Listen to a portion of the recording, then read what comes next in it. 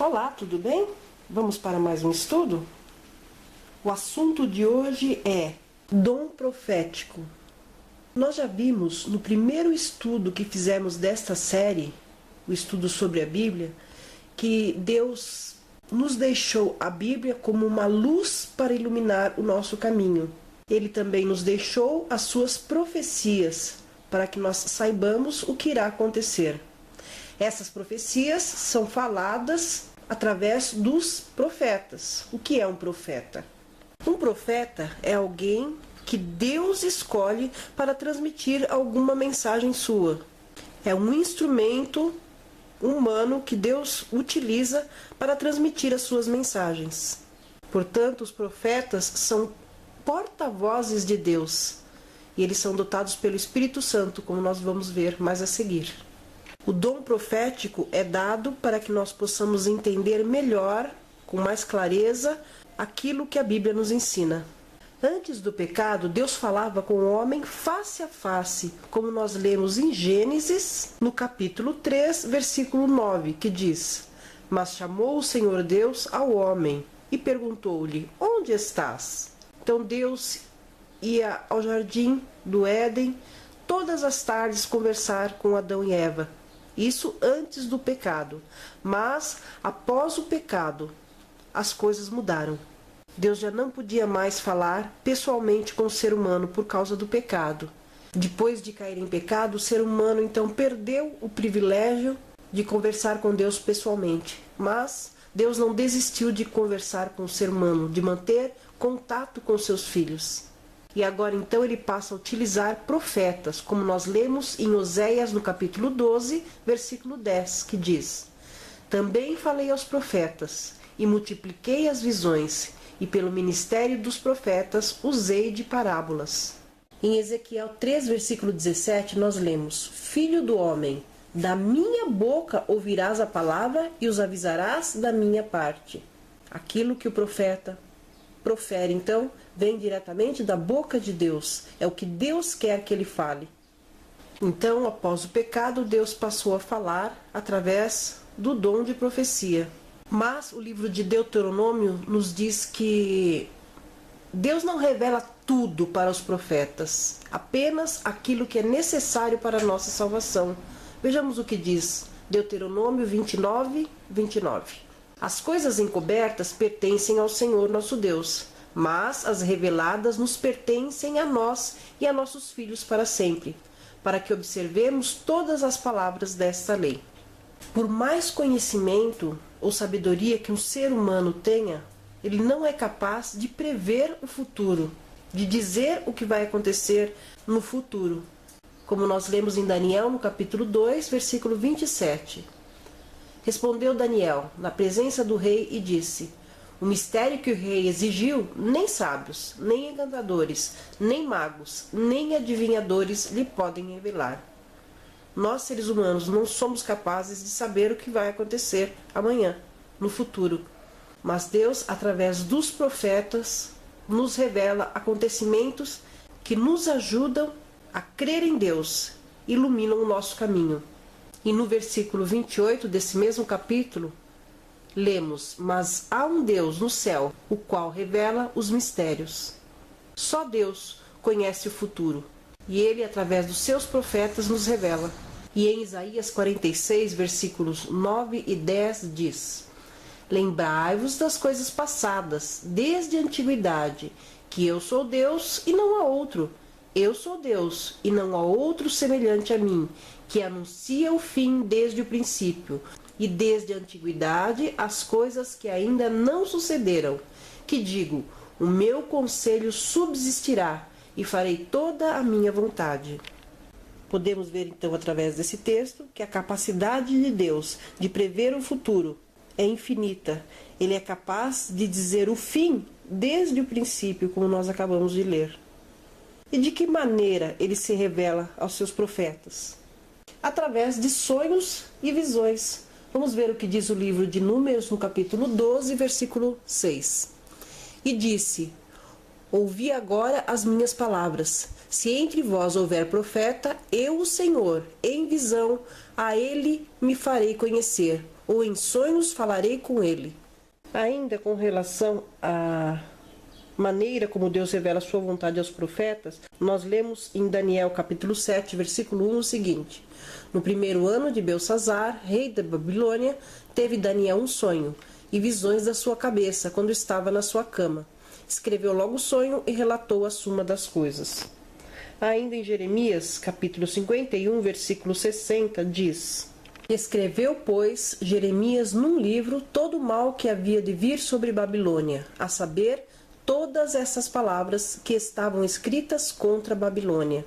E ainda em Apocalipse, no capítulo 1, versículos 10 e 11: Eu fui arrebatado no dia do Senhor, e ouvi de trás de mim uma grande voz, como de trombeta, que dizia: Eu sou o Alfa e o Ômega, o primeiro e o derradeiro, e o que vês, escreve-o num livro, e envia-o às 7 igrejas que estão na Ásia, a Éfeso, a Esmirna, e a Pérgamo, e a Tiatira, e a Sardes, e a Filadélfia, e a Laodiceia. Portanto, então, Deus se revela ao ser humano por visões e sonhos, através dos profetas. Como nós podemos observar aí, é Ele quem procura, que é gritando, que fazendo orações incessantes, com palavras repetitivas, que o Espírito Santo então vai se manifestar nele. Mas Deus deixa claro que quando há necessidade, Ele é quem procura um profeta. E o profeta fala pela influência do Espírito Santo, como nós podemos ver em 2 Pedro, no capítulo 1, versículo 21. A profecia nunca foi produzida por vontade de homem algum, mas os homens santos de Deus falaram inspirados pelo Espírito Santo. Como vemos então aí, quem influencia os profetas, e não quem ou quando as pessoas queiram. Ele é quem escolhe e ele capacita.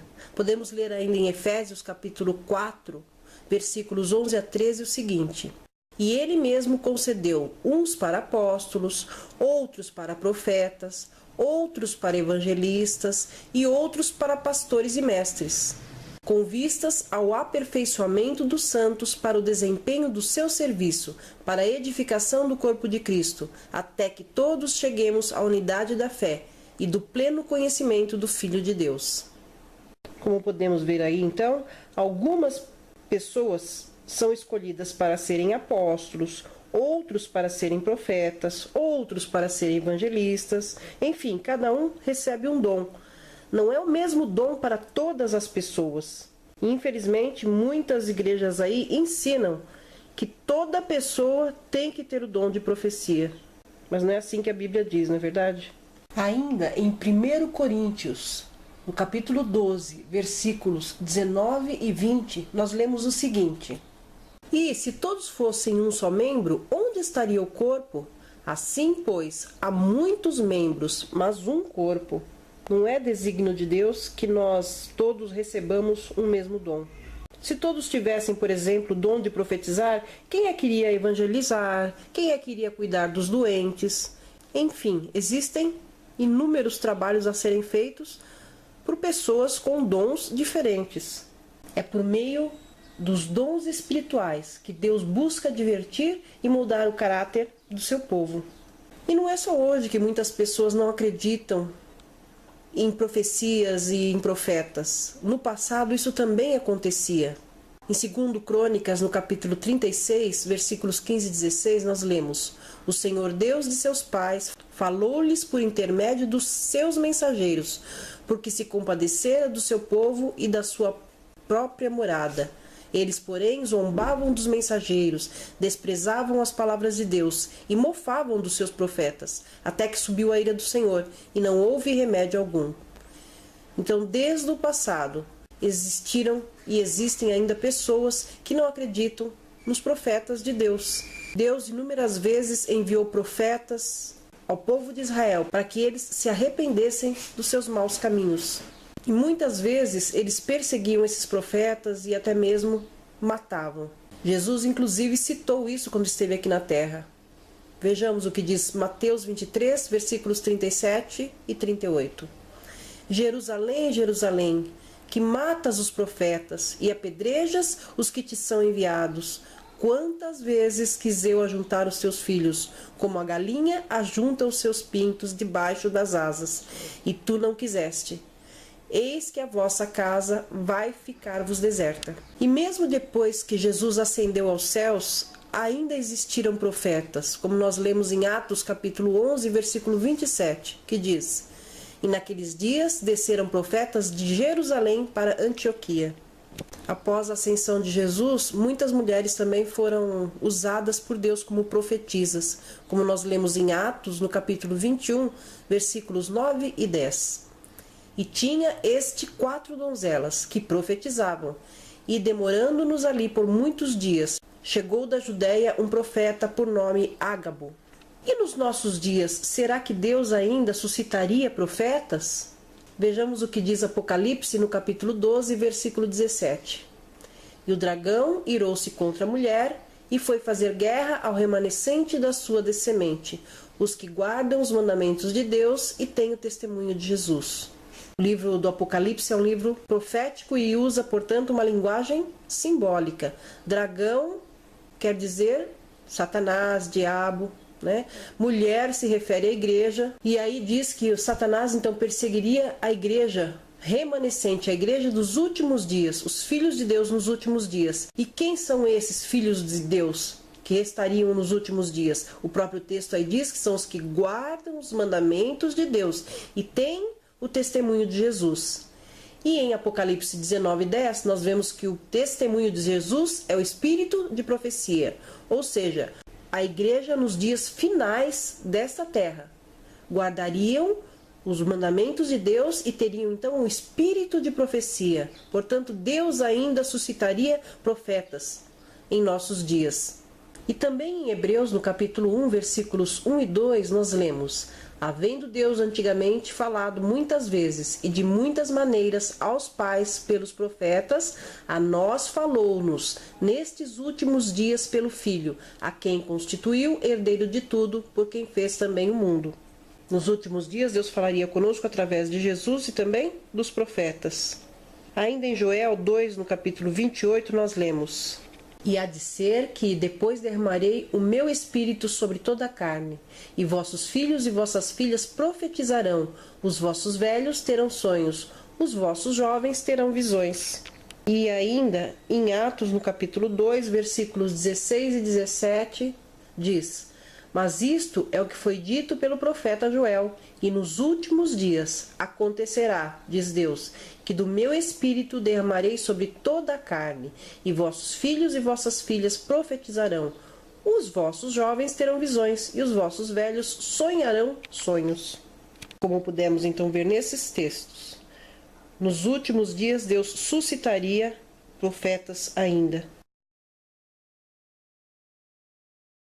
Surgiriam também falsos profetas nos últimos dias, como nós lemos em Mateus, no capítulo 24, versículo 24. Porque surgirão falsos cristos e falsos profetas, e farão tão grandes sinais e prodígios, que, se possível fora, enganariam até os escolhidos.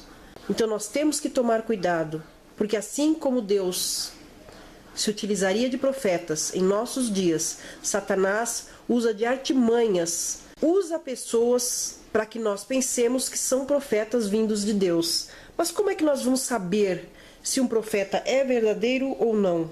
A Bíblia descreve algumas características do profeta verdadeiro. Vamos ver algumas delas. A primeira característica nós vamos encontrar em Isaías, no capítulo 8, versículo 20.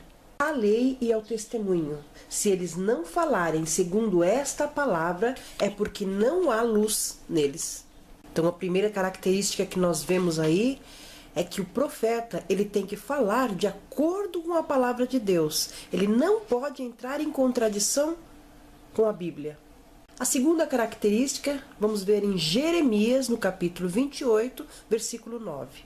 O profeta que profetizar de paz, quando se cumprir a palavra desse profeta, será conhecido como aquele a quem o Senhor, na verdade, enviou. A segunda característica, então, que nós encontramos é que aquilo que ele diz acaba acontecendo, acaba cumprindo. Suas advertências se cumprem. A terceira característica nós vamos ver em 2 textos. O primeiro fica em Deuteronômio, no capítulo 13, versículos 1 a 4. Quando o profeta ou sonhador de sonhos se levantar no meio de ti, e te der um sinal ou prodígio, e suceder o tal sinal ou prodígio, de que te houver falado, dizendo: vamos após outros deuses que não conheceste, e sirvamo-los, não ouvirás as palavras daquele profeta, ou sonhador de sonhos, porquanto o Senhor vosso Deus vos aprova, para saber se amais o Senhor vosso Deus com todo o vosso coração e com toda a vossa alma. Após o Senhor vosso Deus andareis, e a ele temereis, e os seus mandamentos guardareis, e a sua voz ouvireis, e a ele servireis, e a ele vos achegareis. É interessante nós notarmos que não basta que o profeta tenha apenas uma das características, ele tem que ter todas.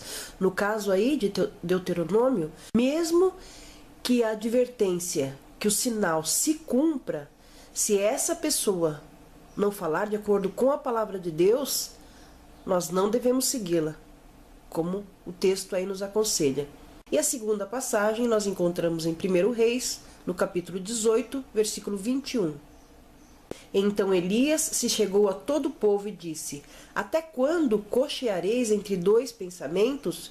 Se o Senhor é Deus, seguiu, e se Baal, seguiu. Porém, o povo nada lhe respondeu. Como esses 2 textos nos mostram, então, o verdadeiro profeta mostra a verdade de Deus às pessoas. Essa é a terceira característica.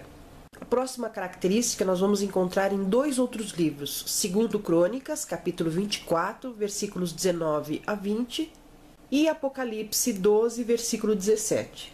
Vamos ler primeiro o livro de Crônicas. Porém, enviou profetas entre eles para os reconduzir ao Senhor, os quais protestaram contra eles, mas eles não deram ouvidos. E o Espírito de Deus revestiu a Zacarias, filho do sacerdote Joiada, o qual se pôs em pé acima do povo, e lhes disse: assim diz Deus, por que transgredis os mandamentos do Senhor, de modo que não possais prosperar? Porque deixastes ao Senhor, também ele vos deixará. E em Apocalipse lemos: e a terra ajudou a mulher, e a terra abriu a sua boca, e tragou o rio que o dragão lançara da sua boca. E o dragão irou-se contra a mulher, e foi fazer guerra ao remanescente da sua semente, os que guardam os mandamentos de Deus, e têm o testemunho de Jesus. Uma outra característica que a Bíblia nos revela, então, é que o verdadeiro profeta, ele estimula a obediência aos mandamentos de Deus. A próxima característica nós vamos encontrar em Mateus, no capítulo 7, versículos 15 a 20. Acautelai-vos, porém, dos falsos profetas, que vêm até vós vestidos como ovelhas, mas interiormente são lobos devoradores. Por seus frutos os conhecereis. Porventura, colhem-se uvas dos espinheiros ou figos dos abrolhos? Assim, toda árvore boa produz bons frutos, e toda árvore má produz maus frutos. Não pode a árvore boa dar maus frutos, nem a árvore má dar frutos bons. Toda árvore que não dá bom fruto, corta-se e lança-se no fogo. Portanto, pelos seus frutos os conhecereis. Uma próxima característica, então, é que a obra do verdadeiro profeta sempre dá bons frutos. Ainda em 1 João, capítulo 4, versículos 2 e 3. Nisto conhecereis o Espírito de Deus. Todo espírito que confessa que Jesus veio em carne é de Deus. E todo espírito que não confessa que Jesus veio em carne não é de Deus. Mas este é o espírito do anticristo, do qual já ouvistes que há de vir, e eis que já está no mundo. Todo profeta verdadeiro acredita que Jesus voltará uma segunda vez, da mesma forma que ele ascendeu ao céu, em carne e osso. A Bíblia diz que todos o verão. E uma outra prova espiritual de que um profeta é verdadeiro nós encontramos em Lucas capítulo 1, versículo 17. e irá diante dele no espírito e virtude de Elias, para converter os corações dos pais aos filhos, e os rebeldes à prudência dos justos, com o fim de preparar ao Senhor um povo bem disposto. O verdadeiro profeta prepara as pessoas para a próxima volta de Jesus, prepara o povo para se encontrar com o Senhor. Vamos ver agora então algumas provas físicas do verdadeiro profeta.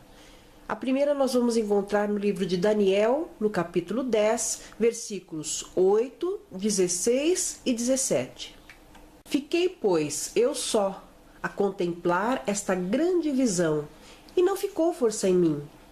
Transmudou-se o meu semblante em corrupção, e não tive força alguma. E eis que alguém, semelhante aos filhos dos homens, tocou-me os lábios. Então abri a minha boca e falei, dizendo àquele que estava em pé diante de mim: Senhor meu, por causa da visão, sobrevieram-me dores, e não me ficou força alguma. Como, pois, pode o servo do meu Senhor falar com o meu Senhor? Porque, quanto a mim, desde agora não resta força em mim, e nem fôlego ficou em mim. O profeta verdadeiro, quando está em visão, perde as suas forças, perde todas as forças naturais. Ainda aí no mesmo capítulo, agora nos versículos 18 e 19, lemos: E aquele que tinha aparência de um homem tocou-me outra vez, e fortaleceu-me, e disse: Não temas, homem muito amado, paz seja contigo. Anima-te sim, anima-te. E falando ele comigo, fiquei fortalecido, e disse: Fala, meu Senhor, porque me fortaleceste. Quando o profeta verdadeiro está em visão, ele recebe uma força sobrenatural, uma força que não é comum a ele. Ainda em Números 24, versículo 3, lemos: E proferiu a sua parábola e disse: Fala, Balaão, filho de Beor, e fala o homem de olhos abertos. Veja só, a pessoa, profeta verdadeiro, quando está em visão, ele também mantém os olhos abertos no momento da visão. Ainda em Daniel, no capítulo 10, vamos voltar a ler o versículo 17 até o 20. Como, pois, pode o servo do meu Senhor falar com o meu Senhor? Porque quanto a mim, desde agora, não resta força em mim, e nem fôlego ficou em mim. E aquele que tinha aparência de um homem, tocou-me outra vez e fortaleceu-me, e disse: Não temas, homem muito amado, paz seja convosco. Não temas, homem muito amado, paz seja contigo. Anima-te, sim, anima-te. E falando ele comigo, fiquei fortalecido, e disse: Fala, meu Senhor, por que me fortaleceste? E ele disse: Sabes por que eu vim a ti? Agora, pois, tornarei a pelejar contra o príncipe dos persas, e saindo eu, eis que virá o príncipe da Grécia. Tanto Daniel quanto João, quanto outros profetas que tiveram visões, no momento da visão ele fica sem respirar. Se for colocado uma vela acesa perto do seu nariz, a chama continuará acesa, provando que a pessoa realmente está ali sem respirar. E para um ser humano, isso é algo impossível, ficar sem respirar. Mas o profeta, o tempo que durar a visão, sejam 10 minutos, meia hora, 1 hora, 3 horas, seja quanto tempo for, ele fica sem respirar. Ela também fala sem respirar. É algo impossível, humanamente falando. Não é verdade? No livro de 2 Samuel, capítulo 23, versículo 2, nós lemos: O Espírito do Senhor falou por mim, e a sua palavra está na minha boca. Quando o profeta verdadeiro está em visão, a sua língua é controlada pelo Senhor. Ele fala aquilo que Deus quer que ele fale. E a última característica física que nós vamos ver de um profeta verdadeiro está no livro de 2 Coríntios, no capítulo 12, versículos 2 a 4. Conheço um homem em Cristo que há 14 anos, se no corpo não sei, se fora do corpo não sei, Deus o sabe, foi arrebatado ao terceiro céu.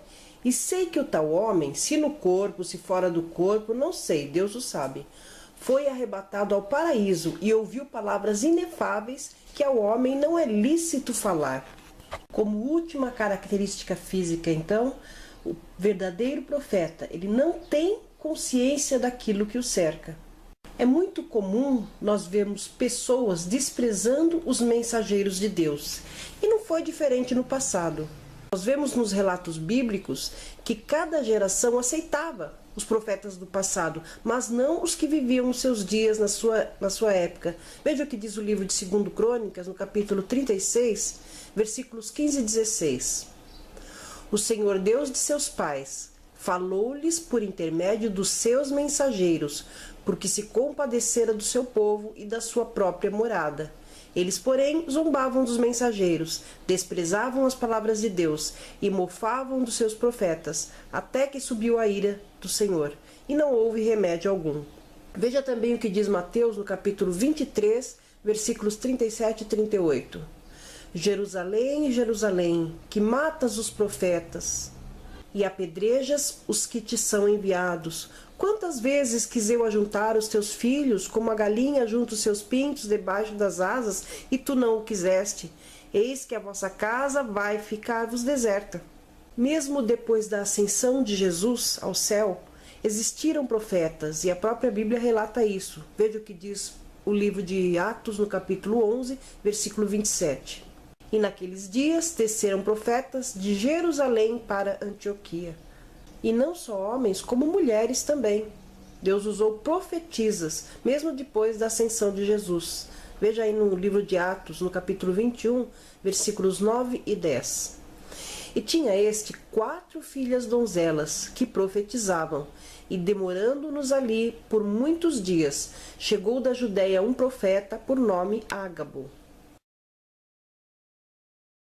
Este homem aí tinha 4 filhas e todas elas profetizavam. E a Bíblia diz que nos últimos dias Deus também suscitaria profetas.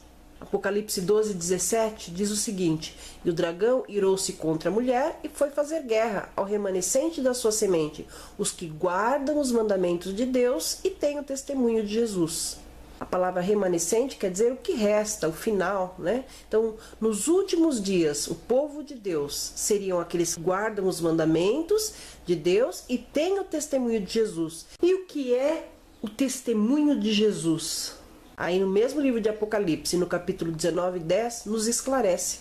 Diz lá: pois o testemunho de Jesus é o espírito de profecia. E por que é que Deus se utiliza de profetas para falar conosco? O livro de Provérbios, no capítulo 29, versículo 18, diz: onde não há profecia, o povo se corrompe, mas o que guarda a lei, esse é bem-aventurado. E ainda em 2 Pedro, no capítulo 1, versículo 19, nós lemos: e temos ainda mais firme a palavra profética, a qual bem fazeis em estar atentos, como a uma candeia que alumia em lugar escuro, até que o dia amanheça e a estrela da alva surja em vossos corações. Esse dom profético é dado, então, para que o nosso caminho seja iluminado, para que o povo não se corrompa, como nós lemos, para o nosso benefício. O último livro da Bíblia é chamado de Revelação. Veja lá, Apocalipse 1, versículo 1. Revelação de Jesus Cristo que Deus lhe deu para mostrar aos seus servos as coisas que brevemente devem acontecer, e enviando-as pelo seu anjo, as notificou a seu servo João. E no versículo 3 nós lemos: bem-aventurado aquele que lê, e bem-aventurados os que ouvem as palavras desta profecia, e guardam as coisas que nela estão escritas, porque o tempo está próximo. O livro de Apocalipse, então, é um livro profético, é uma revelação, revela as coisas, como diz o texto aí, que brevemente devem acontecer. E quando é que não será mais necessário profecia? A Bíblia nos responde isso em 1 Coríntios, no capítulo 13, versículo 10. Mas, quando vier o que é perfeito, então o que é em parte será aniquilado. Até a volta de Jesus, nós teremos então profecias. E estamos vendo diante dos nossos olhos a profecia se cumprindo. E isso nos anima, porque nós sabemos que a volta de Jesus está mais perto. Em 1827, nasceu uma menina que puseram o nome de Ellen Harmon. Essa menina tinha uma irmã gêmea que se chamava Elizabeth. Um dia, quando elas voltavam da escola, Ellen já estava com 9 anos, ela levou uma pedrada de uma colega. E esse incidente quase lhe custou a vida. Ela ficou por 3 semanas inconsciente. Todos acreditavam que ela morreria. Ela não morreu, mas a sua vida foi grandemente prejudicada. Ela não pôde mais frequentar a escola, porque a sua saúde era muito frágil, devido ao ferimento causado por aquela pedrada. Aos 17 anos de idade, ela teve a primeira de 2.000 visões e sonhos que teve ao decorrer de toda a sua vida. Suas visões eram acompanhadas daquelas características físicas e espirituais que nós vimos há pouco, de um profeta verdadeiro. Foram feitos vários testes com ela, e em todos ela passou. Apesar da sua saúde frágil, quando ela estava em visão, ela tinha uma força sobrenatural. Ela perdia a noção do que acontecia ao redor dela. Ela ficava sem respirar, falava também sem respirar, durante todo o tempo que durasse a visão. Sua maior visão durou cerca de 4 horas, e durante todo esse tempo ela ficou sem respirar. Apesar de ser semi-analfabeta, ela escreveu cerca de 5.000 artigos e 49 livros. Hoje, seus manuscritos foram compilados em mais de 100 livros em inglês e cerca de 70 em português. Ellen Harmon, que após casar-se, recebeu o sobrenome de White, Ellen Golding White, foi a escritora mais traduzida em toda a história da literatura. Os livros dela abrangem tópicos de ampla variedade, como religião, educação, saúde, relações sociais, evangelismo, profecias, trabalho de publicações, nutrição e administração. Sua obra-prima, que é o Caminho a Cristo, foi publicada já em cerca de 150 idiomas. Ellen White não foi apenas uma escritora talentosa, ela foi apontada por Deus para ser uma mensageira especial. Aos 12 anos, ela entregou o coração a Jesus. Nos momentos em que ela estava em visão, ela recebia, assim como os profetas bíblicos, uma força sobrenatural. Durante uma visão, ela segurou uma Bíblia da família de 10 quilos, aberta em sua mão por 30 minutos. Nessa ocasião, ela pesava apenas 44 quilos e tinha, então, como nós já dissemos, a saúde muito frágil. Essa Bíblia, se ela estivesse consciente com a sua força natural, ela não conseguiria se segurar com um braço e durante tanto tempo. Interessante que ela, com uma mão ela segurava a Bíblia, com a outra ela apontava os textos que ela falava, mas ela não estava olhando para a Bíblia estava de um lado e ela estava olhando para outro lado. Essa, como outras provas físicas, deram a certeza de que as mensagens que ela recebia não eram dela mesma, mas sim vindas de Deus. A sua vida também foi sempre regrada de acordo com a Bíblia. Não era santa, como também os profetas bíblicos também não eram santos. Eles também tinham pecados, mas procuravam viver uma vida de acordo com a vontade de Deus. E assim também Ellen White. Por isso acredita-se que Ellen White foi uma das profetisas escolhidas por Deus nesses últimos dias. Ela mesma dizia que os seus escritos não deveriam substituir a Bíblia. A Bíblia era a única e é a única regra de fé. Esses escritos eram apenas para ajudar e a incentivar as pessoas a lerem mais a Bíblia e a clarear o caminho que o cristão deve seguir. No seu livro Eventos Finais, inclusive, ela escreveu há tanto tempo atrás, não é? Ela falava já sobre a destruição das 2 torres gêmeas que ouvimos falar em 11 de setembro. Em 2001, no atentado que mataram cerca de 3.000 pessoas. Se você quiser conhecer mais sobre esta pessoa, entre no link que estamos colocando aqui abaixo e você terá maiores detalhes, inclusive dos seus livros também.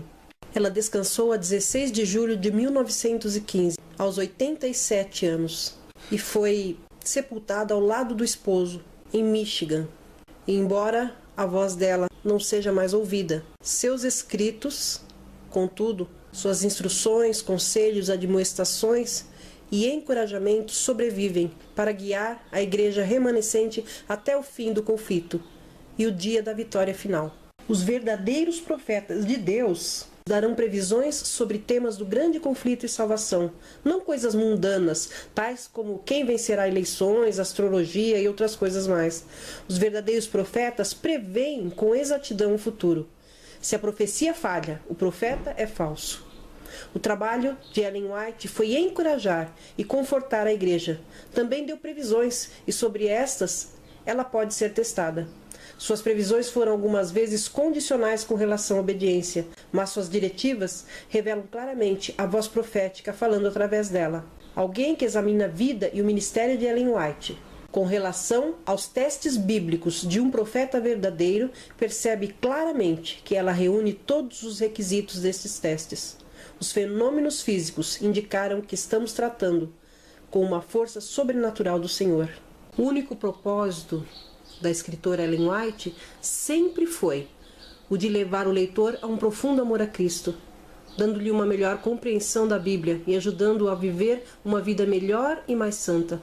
Ela disse em seu livro Mensagens Escolhidas, no volume 1, nas páginas 17 e 18, o seguinte: tomo a Bíblia tal como ela é, como a palavra inspirada. Irmãos, nenhuma mente ou mão se empenhe em criticar a Bíblia. Apegai-vos à Bíblia tal como ela reza.